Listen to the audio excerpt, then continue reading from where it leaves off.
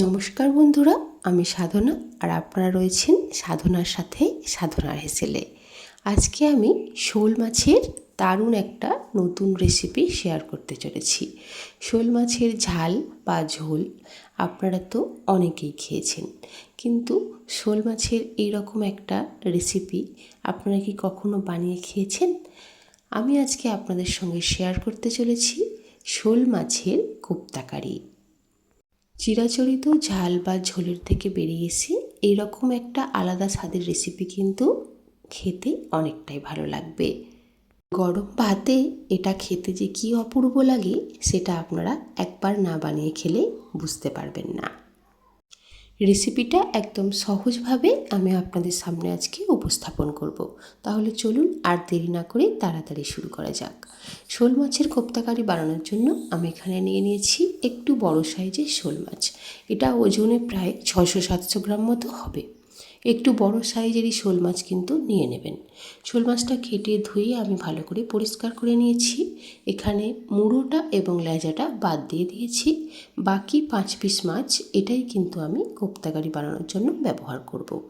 প্রথমে আমি ওভেনে একটা কড়াই বসিয়ে দিয়েছি। কড়াইতে কিছুটা পরিমাণ জল গরম করতে দিয়ে দিয়েছিলাম। জলটা অল্প একটু গরম হয়ে এলে দিয়ে দিয়েছি 1 চামচ মতো লবণ। লবণটা দিয়ে দেওয়ার পর এবার আমি মাছগুলোকে জলের মধ্যে দিয়ে দেব। মাছগুলোকে আমি কিন্তু একটু ভালো করে সিদ্ধ করে নেব। দেখুন, 5 পিস মাছ কিন্তু আমি এখানে দিয়ে দিয়েছি। একটু ভাপিয়ে নিয়ে সিদ্ধ করে নিলেই কিন্তু হবে। দেখুন, এই রকম একটু ফুটে উঠবে, এরকম টকপক করে ফুটতে শুরু করবে। 5 থেকে 7 মিনিট মতো সময় লাগবে। এরকম একটু যখন ভাপানো হয়ে যাবে দেখবেন মাছটা সেদ্ধ হয়ে গেছে। এরকমভাবে দেখে নেবেন। দেখুন, আমার মাছটাও কিন্তু সেদ্ধ হয়ে গেছে।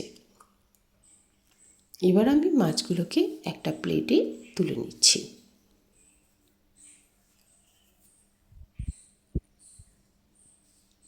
এভাবে আমি সমস্ত মাছগুলোকে প্লেটে তুলে নিচ্ছি। দেখুন, আমার মাছগুলো তুলে নেওয়া হয়ে গেছে। এবার মাছগুলোকে ঠান্ডা করে নেব। ঠান্ডা করে নেওয়ার পর এইভাবে হাত দিয়ে দিয়ে কাঁটা বেছে নেব। একেবারে কিন্তু সমস্ত কাঁটা ভালো করে বাছতে হবে। কাঁটা থেকে গেলে কিন্তু পরে খাওয়ার সময় অসুবিধা হবে। ভালো করে বেছে নেওয়ার পর এখানে আমি একটা সেদ্ধ আলু স্ম্যাশ করে দিচ্ছি, যাতে করে এর বাইন্ডিংটা বেশ ভালো হয়। আলুটা দিয়ে দেওয়ার পর দিয়ে দিচ্ছি কুচনো আদা, কুচনো পেঁয়াজ, কুচনো রসুন, আর দিয়ে দিচ্ছি 1 চামচ মতো লবণ, আপনার স্বাদ মতো দিয়ে দেবেন। একটা কুচনো কাঁচা লঙ্কা দিয়ে দিলাম। 1 চামচ দিয়ে দিলাম ধনে গুঁড়ো, 1 চামচ দিয়ে দিলাম জিরে গুঁড়ো, আর দিয়ে দিচ্ছি 1 চামচ মতো সর্ষের তেল। সব কিছু দিয়ে বেশ ভালো করে এটাকে কিন্তু মাখিয়ে নিতে হবে। এটা যখন আপনারা মাখাবেন একদমই যেন স্মুথ হয় সেদিকে একটু লক্ষ্য রাখবেন। যতটা স্মুথভাবে এটা মাখাতে পারবেন ততটাই কিন্তু কোপ্তাগুলো ভালো করে বানাতে পারবেন। দেখুন, এইভাবে খুব ভালো করে স্মুথ করে কিন্তু আমি এটা একেবারে মেখে নিয়েছি। এবার এর থেকে কোপ্তাগুলোকে বানিয়ে নিতে হবে। আমি এরকম বাটিতে একটু তেল নিয়ে নিয়েছি যাতে হাতে না লেগে যায়। তারপর এইভাবে একটা বলের মতো করে ছোট ছোট বলের মতো করে গড়ে নিতে হবে এবং একটুখানি প্রেসার দিয়ে এইরকম গোল গোল করে কোপ্তাগুলোকে বানিয়ে নিতে হবে, বা আপনাদের পছন্দ মতো শেপে আপনারা কোপ্তাগুলোকে বানিয়ে নেবেন। আমি এরকম গোল গোল করে সমস্ত কোপ্তাগুলোকে বানিয়ে নিয়েছি। দেখুন কতটা স্মুথভাবে আমার কোপ্তাগুলো বানানো হয়ে গেছে। এবার কড়াইটা ওভেনে বসিয়ে দিয়েছি এবং দিয়ে দিচ্ছি বেশ খানিকটা পরিমাণ সর্ষের তেল। সর্ষের তেলটা একটু ভালো করে গরম করে নিতে হবে। সর্ষের তেলটা যখন একটু ভালো করে গরম হয়ে যাবে তখন কোপ্তাগুলোকে একে একে ছেড়ে দিচ্ছি। একসঙ্গে বেশি কোপ্তা দেওয়ার দরকার নেই, তাতে করে কিন্তু গায়ে গায়ে লেগে যেতে পারে। তাই আমি মোটামুটি যতটা ভাজা যাবে সেরকম 5-6টা পরিমাণ কোপ্তা দিয়ে দিয়েছি। দিয়ে ভালো করে কিন্তু কোপ্তাগুলোকে লাল লাল করে ভাজতে হবে। দেখুন এইভাবে ব্রাউন করে কোপ্তাগুলোকে ভাজতে হবে। একটা পিঠ হয়ে গেছে, অপর পিঠটা ভাজতে দিয়েছি, ততক্ষণ মশলাটা বানিয়ে নিচ্ছি। দিয়ে দিচ্ছি একটা বড় পেঁয়াজ কেটে রেখেছিলাম, 2টো কাঁচা লঙ্কা, অল্প একটু আদা, 4-5 কোয়া রসুন দিয়ে এটা একটা পেস্ট বানিয়ে নেব। এদিকে দেখুন কোপ্তাগুলোর অপর পিঠটাও হয়ে গেছে। এই রকম লাল এবং ব্রাউন করে কোপ্তাগুলোকে ভেজে নিয়েছি। এবার আমি কোপ্তাগুলোকে প্লেটে তুলে নিচ্ছি।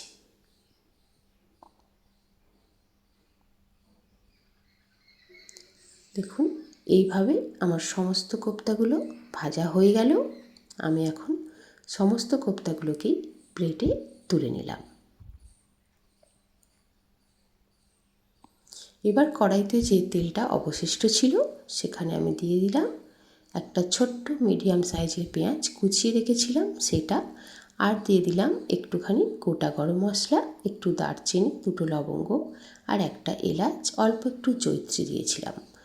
এবার একটু ভালো করে এই মশলাটা ভেজে নেওয়ার পর দিয়ে দিচ্ছি 1 চামচ লবণ, 1 চামচ হলুদ গুঁড়ো দিয়ে ভালো করে মশলাটাকে আরেকটু ভেজে নিচ্ছি। এটা কিন্তু লো ফ্লেমেই ভাজবেন। মশলাটা একটু ভালো করে লাল লাল করে ভেজে নেওয়ার পর দিয়ে দিচ্ছি যে মশলাটা বেটে রেখেছিলাম সেই পেস্টটা এখানে অ্যাড করে দিলাম। মশলার পেস্টটা অ্যাড করে দেওয়ার পর ভালো করে কিন্তু এটাকে কষিয়ে নিতে হবে।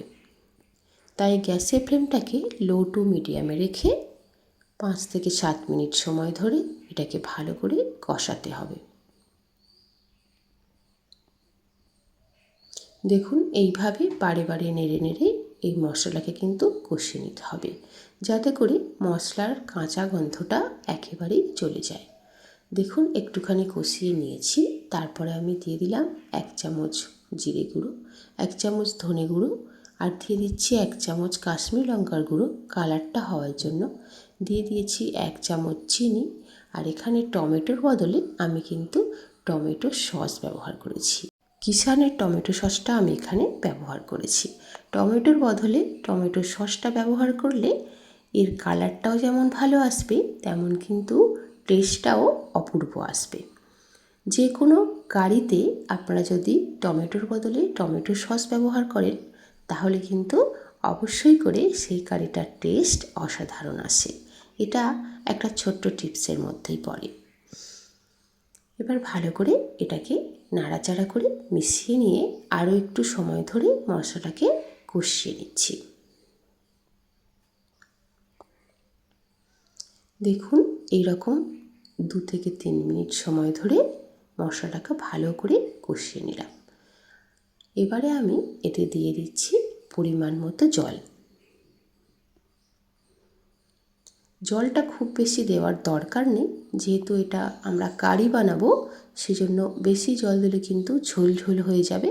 তাই মিডিয়াম মতো জল দিয়ে একটা ঢাকনা চাপা দিয়ে দিলাম ফুটে ওঠার জন্য। দেখুন একটুখানি পরে কিন্তু আমার ঝোলটা ফুটে উঠেছে। এইরকম যখন টকবক করে ঝোলটা ফুটতে শুরু করবে তখন এবার দিয়ে দেব বানিয়ে রাখা কোপ্তাগুলোকে। আমি এবার কোপ্তাগুলোকে এই ঝোলের মধ্যে দিয়ে দিচ্ছি। কোপ্তাগুলোকে দিয়ে কিন্তু আর বেশিক্ষণ ফোটানো যাবে না। বেশিক্ষণ ফোটালে কিন্তু তাহলে কোপ্তাগুলো আবার ভেঙে যেতে পারে। তাই কোপ্তাগুলো দিয়ে দেওয়ার পর অল্প একটু ঢাকনা চাপা দিয়ে দিচ্ছি। ঢাকনা চাপা দিয়ে 1 থেকে 2 মিনিট একটুখানি জাস্ট ফুটিয়ে নেব। 2 মিনিট পর আমি ফিরে এসেছি। দেখুন কোপ্তাগুলো কিন্তু একটু বড় বড় সাইজ হয়ে গেছে আর গ্রেভিটাও কিন্তু একেবারে পারফেক্ট হয়েছে। বেশি ঝোলও হয়নি, আবার একেবারে কিন্তু শুকিয়েও যায়নি। অল্প অল্প বেশ রসা রসা মতো কোপ্তা কারিটা কিন্তু হয়েছে, আর কালারটাও কিন্তু অসাধারণ এসেছে। তাহলে শোল মাছের কোপ্তা কারি আমার একেবারে রেডি হয়ে গেছে। এবার আমি একটা প্লেটে তুলে নিচ্ছি সার্ভ করার জন্য। দেখুন আমি কোপ্তা কারিগুলোকে তুলছি, একটাও কিন্তু ভেঙে যাচ্ছে না, একেবারেই গোটা গোটা আছে। আর কতটা সুন্দর কালার হয়েছে সেটা তো আপনারা দেখতেই পাচ্ছেন। আর টেস্টটাও কিন্তু অসাধারণ এসেছিল। আপনারাও এইভাবে একবার শোল মাছের কোপ্তা কারি বাড়িতে বানিয়ে খেয়ে আমাকে জানাবেন যে কেমন লেগেছে। এটা কিন্তু চিরাচরিত ঝাল বা ঝোলের থেকে বেরিয়ে এসে একটা অন্যরকম রেসিপি। আপনাদের ভাতের সঙ্গে খেতে কিন্তু অসাধারণ লাগবে। বিশেষ করে যারা শোল মাছ খেতে পছন্দ করেন না খুব একটা, তাদেরও যদি এরকম একটা রেসিপি বানিয়ে দেন তাহলে কিন্তু তারাও চেটেপুটে খেয়ে নেবে। আশা করছি রেসিপিটা আপনাদের ভীষণ ভালো লেগেছে। যদি ভালো লেগে থাকে তাহলে একটা লাইক করে দেবেন ও বন্ধুদের সঙ্গে অবশ্যই করে শেয়ার করে দেবেন। আর আপনি যদি আমার চ্যানেলে প্রথম হয়ে থাকেন তাহলে চ্যানেলটিকে সাবস্ক্রাইব করার অনুরোধ রইল এবং পাশে থাকা বেল বাটনটিকে অবশ্যই করে প্রেস করে দেবেন, যাতে এরকম আরও নতুন নতুন রেসিপি আপনি সবার আগে আপনার নোটিফিকেশানে পেয়ে যান। আজ এই পর্যন্তই। ধন্যবাদ এতক্ষণ আমার সঙ্গে থেকে আমার এই রেসিপিটা দেখার জন্য। দেখা হচ্ছে খুব তাড়াতাড়ি আরও কোনো একটা নতুন রেসিপি নিয়ে।